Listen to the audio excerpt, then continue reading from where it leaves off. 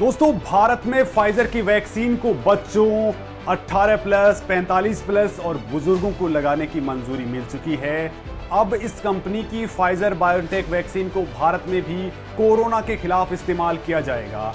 भारत में कोरोना की तीसरी लहर और कोरोना के टीकों की कमी का प्रोपेगेंडा बनाकर जो डर फैलाया जा रहा था, उसे न्यूट्रलाइज करने के लिए सेंट्रल गवर्नमेंट ने ये बड़ा कदम उठा लिया है। सरकार को फाइजर को भारत में अपनी वैक्सीन लाने की इजाजत देनी पड़ी, और वो भी बगैर भारत में ह्यूमन ट्रायल के। और दोस्तों, वो भी भारत में बगैर ट्रायल के। अगर कुछ गड़बड़ भी हो जाती है तो बड़ी बात यह है कि आप इस कंपनी के खिलाफ एक सिंगल केस भी दायर नहीं कर सकते हैं, और केंद्र को ऐसा करने के लिए मजबूर किया गया है उन सियासी पार्टियों ने जो केंद्र सरकार का सिर्फ विरोध करने के लिए ही विरोध करती हैं। ये सारा प्रोपेगेंडा मैं आपको बताने वाला हूं। दोस्तों, आपको याद ही होगा कि कैसे फार्मा कंपनियों के हाथ की कठपुतली बने विपक्षी दल उस वक्त भी विधवा विलाप कर रहे थे। दोस्तों, जब पीएम मोदी ने वैक्सीन डिप्लोमेसी के तहत कोरोना से संघर्ष कर रहे देशों को कोरोना की वैक्सीन भिजवाई थी, उस वक्त विरोधी पार्टियों द्वारा मीडिया में इनफ्लो कराए गए हमारे बच्चों की वैक्सीन विदेश में क्यों भेजी, ऐसे लिखे हुए पोस्टर्स आपने खूब देखे हैं। लेकिन जिस वक्त ये पोस्टर्स फेक मीडिया ने प्लॉट कराए थे, उस वक्त बच्चों के टीकाकरण का मामला कैनवास में नहीं था। तो फिर बच्चों के हिस्से के टीके भारत से बाहर भेजने का सवाल ही नहीं उठता था। लेकिन ये सवाल उठाए गए क्योंकि ये तो उस षड्यंत्र का हिस्सा था जो फार्मा माफिया को कोरोना की दूसरी लहर के बाद रचना था। वो षड्यंत्र था बच्चों के सिर पर कोरोना का साया मंडराने का डर, हर भारतीय पेरेंट के मन में ये डर बैठाने का, भारत के लोगों से छल करने का। भारत सरकार विरोधी दलाल पार्टियों ने विदेशी फार्मा कंपनियों को फायदा पहुंचाकर उनसे दलाली खाने का अपना मंसूबा साकार कर लिया है। ये हम नहीं कह रहे हैं। बच्चों के कंधों पर कोरोना की तीसरी लहर के डर की बंदूक रखकर दलाली खाने के खेल का खुलासा मशहूर डेटा साइंटिस्ट गौरव प्रधान अपने लेख में साल 2020 में ही कर चुके हैं। गौरव प्रधान ने खुलासा किया था कि सबसे पहले गांधी परिवार और उनकी टूल किट गैंग के सदस्यों और कुछ राष्ट्रघाती मीडिया संस्थानों ने फाइजर और मॉडर्ना वैक्सीन को भारत में मंजूरी दिलाने के लिए अपनी सारी ताकत लगा दी थी। सोशल मीडिया और मीडिया में इन लोगों ने प्रोपोगेट किया कि कोरोना की तीसरी लहर आएगी और ये लहर सबसे ज्यादा बच्चों को प्रभावित करेगी।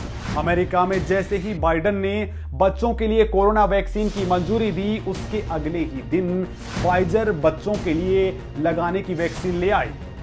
ऐसे में सवाल उठता है कि कैसे फाइजर ने इजाजत मिलने के अगले ही दिन कोरोना वैक्सीन का टीका भी लॉन्च कर दिया जो बच्चों को लगाया जा सकता है।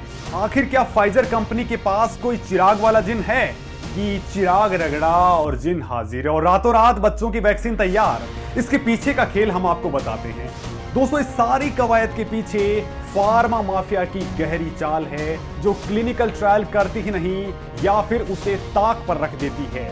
कोरोना के टीके के नाम पर कुछ भी बेच दिया जा रहा है, वो भी मोटी कमाई और तगड़ी दलाली के लिए।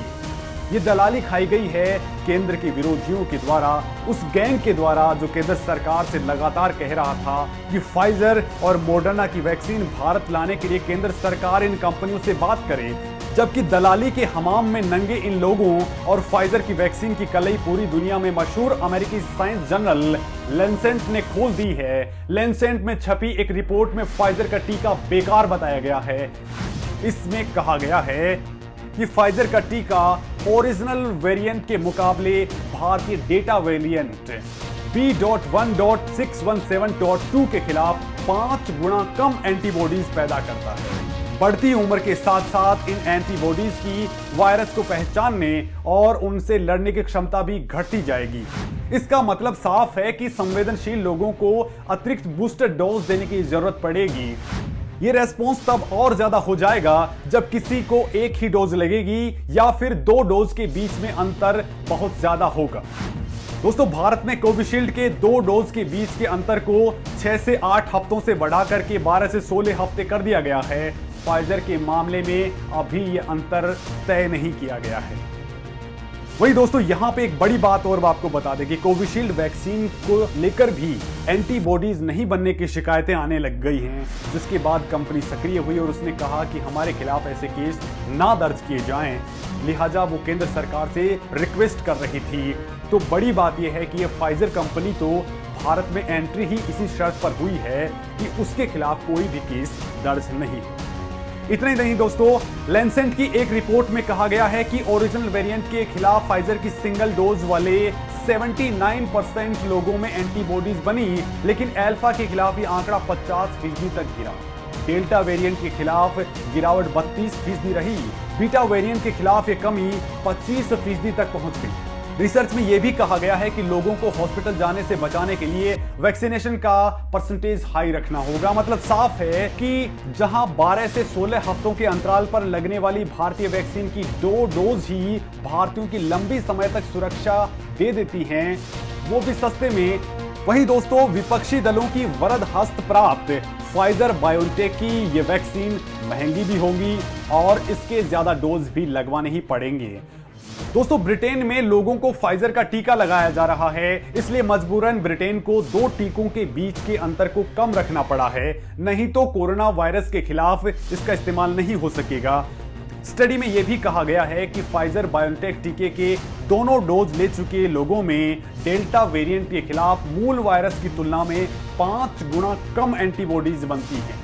डेल्टा वेरिएंट कोरोना का वही स्वरूप है जो सबसे पहले भारत में पकड़ में आया था और इसे दूसरी लहर के लिए जिम्मेदार माना गया है, यानी जिसकी वजह से भारत में कहर है उस पर यह वैक्सीन फ्लॉप है। लेकिन फार्मा कंपनियों के होश ठिकाने लगाने के लिए केंद्र सरकार ने वैक्सीन मैन्युफैक्चरिंग के प्लान बी पर अमल करना शुरू कर दिया है।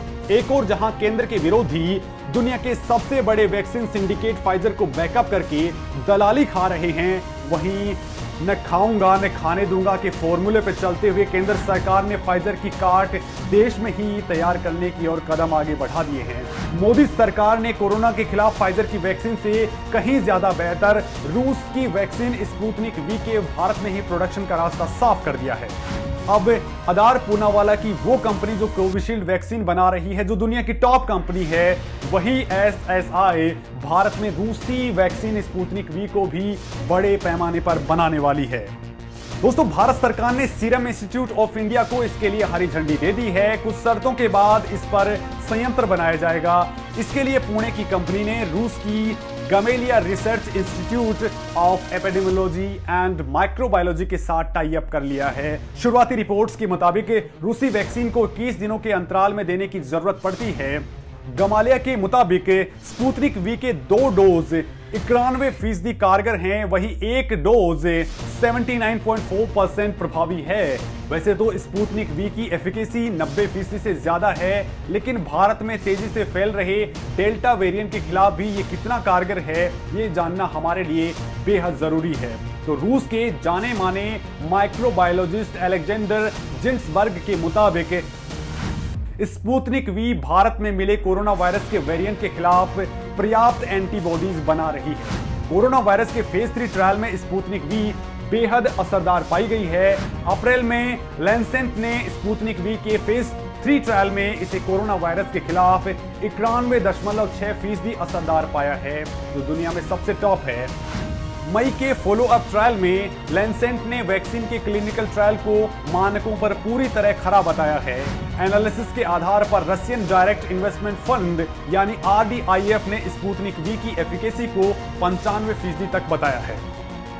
जबकि भारतीय वैक्सीन के बारे में भ्रम फैलाकर यही फार्मा लॉबी फाइजर की वो वैक्सीन भारत में लाने में कामयाब हो गई जो खुद भारतीय वैक्सीन के आगे नहीं टिकती है। अमेरिकी जर्नल लैंसेट की रिपोर्ट में भारत बायोटेक की वैक्सीन को बेहद असरदार पाया है। लैंसेट में छपी रिपोर्ट के मुताबिक पहले चरण के क्लिनिकल ट्रायल के मुकाबले दूसरे चरण में कोवैक्सीन ज्यादा असरदार पाई गई। प्रभावकारिता के मामले में कोवैक्सीन सुरक्षित और बेहद असरदार है। इसको लगाने के 3 महीने बाद शरीर में एंटीबॉडीज बढ़ना शुरू हो जाती हैं। 14 से 28 दिन के भीतर एंटीबॉडीज बनने लग जाती हैं, जबकि कोवैक्सीन ने हाई न्यूट्रलाइजिंग एंटीबॉडी रेस्पॉन्स को बढ़ाने में मदद करी है। और बड़ी बात यह है कि भारत में मिले हुए इस नए कोरोना वेरिएंट के खिलाफ कोवैक्सीन के मुकाबले दूसरी कोई वैक्सीन भी इतनी असरदार नहीं है। भारत की स्वदेशी वैक्सीन कोवैक्सीन अपने तीसरे चरण के ट्रायल में 81% तक असरदार पाई गई थी, जिसके आगे फाइजर जैसे फार्मा माफिया की वैक्सीन भी कहीं नहीं टिकती है। लेकिन प्रोपेगेंडा और सेटिंग के जरिए फाइजर WHO का मुंह भी बंद कराने में कामयाब हो गई। दुनिया भर में अपनी घटिया वैक्सीन भी खपा रही है, लेकिन भारत में पैर जमाने के इसके मंसूबे शायद ही कामयाब हो पाएं, क्योंकि यहां पर इसकी टक्कर इससे कहीं ज्यादा बेहतर स्वदेशी वैक्सीन कोवैक्सीन और रूस की बेहद असरदार स्पुतनिक V से है। हालांकि भारत में बहुत से बुद्धिजीवी वर्ग बहुत दिन पहले से कह रहे थे कि उनको टॉप क्लास वैक्सीन दी जाए जो फाइजर है, लेकिन यही फाइजर भारत के वेरिएंट पर बेहद फ्लॉप साबित हुई है।